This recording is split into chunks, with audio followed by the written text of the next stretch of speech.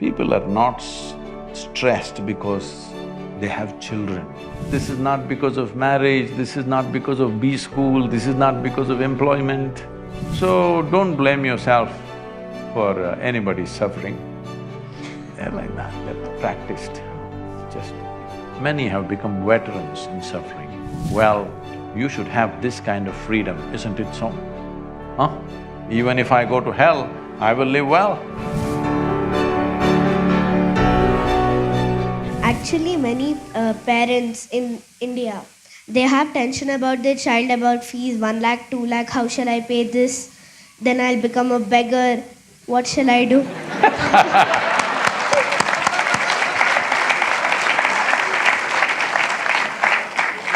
Hey, if you were a beggar, there would be no problem with 1 lakh, 2 lakh.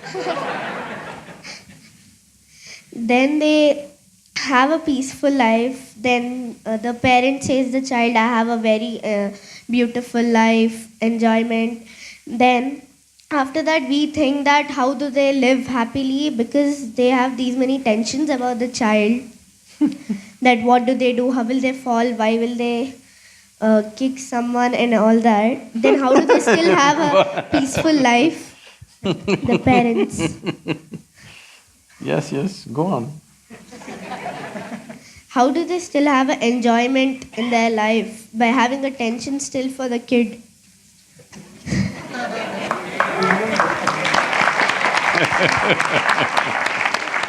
Some parents manage to forget about their children for some time. That gives them the respite. You are something. What's your name? Sanjana. Sanjana, I want you to observe not just your parents, just observe people around you. Just watch them carefully. Because this all I did in my life when I was your age, simply observing everything, not saying a word about it. If you observe people, you will see, today we are creating a world. Toddler means they have, you know, the napkin problems. Adolescent means they have puberty problems. Middle age means it's a crisis. Old age, terrible. Tell me one stage of life that people are enjoying. Those who are poor, suffering because they're poor. Those who are rich, they're suffering the taxes. Those who are not educated, they're suffering because they're not educated. Put them to school, enormous suffering. That's what they're saying, tension in the B school. And those who are not married, they're suffering. Get them married. Say, I did not say anything. They're saying it. No children, they're suffering. Give them children, constant suffering, which you are saying. Tell me one damn thing that people are not suffering. Everything. So somebody comes out with a philosophy, life is suffering. So somebody comes up with a solution, it's all right to suffer. If you suffer a lot here, you will go to another place where everything is fantastic. You heard of heaven? Not been there, right? No, heaven. Heaven is the most fantastic place. The reason why we suffer is, there everything is fantastic.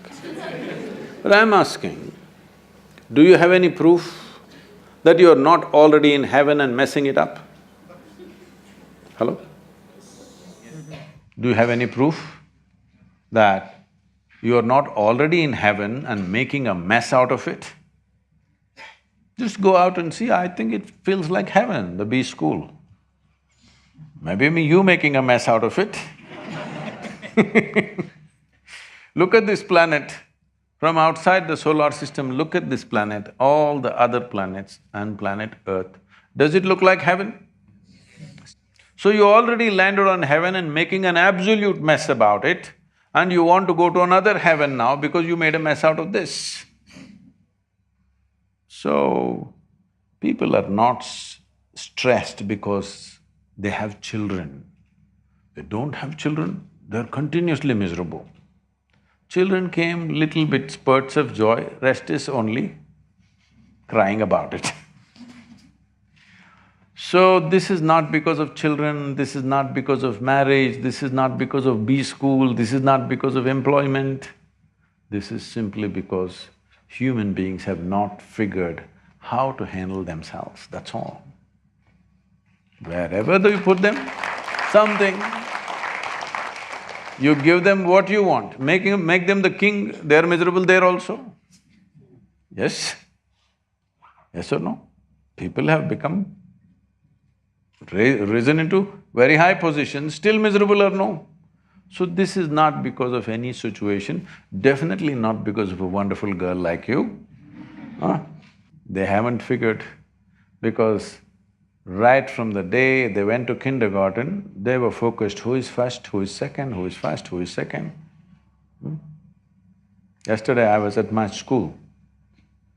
After 45 years I went back to my school. How does it feel? How do you think? So I went there and I was just telling them my experience of school. When I went to school, you know this monthly marks card. When this marks card comes, when the teacher gives it to them, some look at it and they're strutting around because they are first, second, whatever. Some are sitting in one corner and crying because they're not happy with the numbers that they got. I never opened the marks card in my entire school. When they gave it to me, I took it and gave it to my father. He blew. I couldn't understand why just this card. I never opened it and saw because I thought this is a transaction between my teacher and him.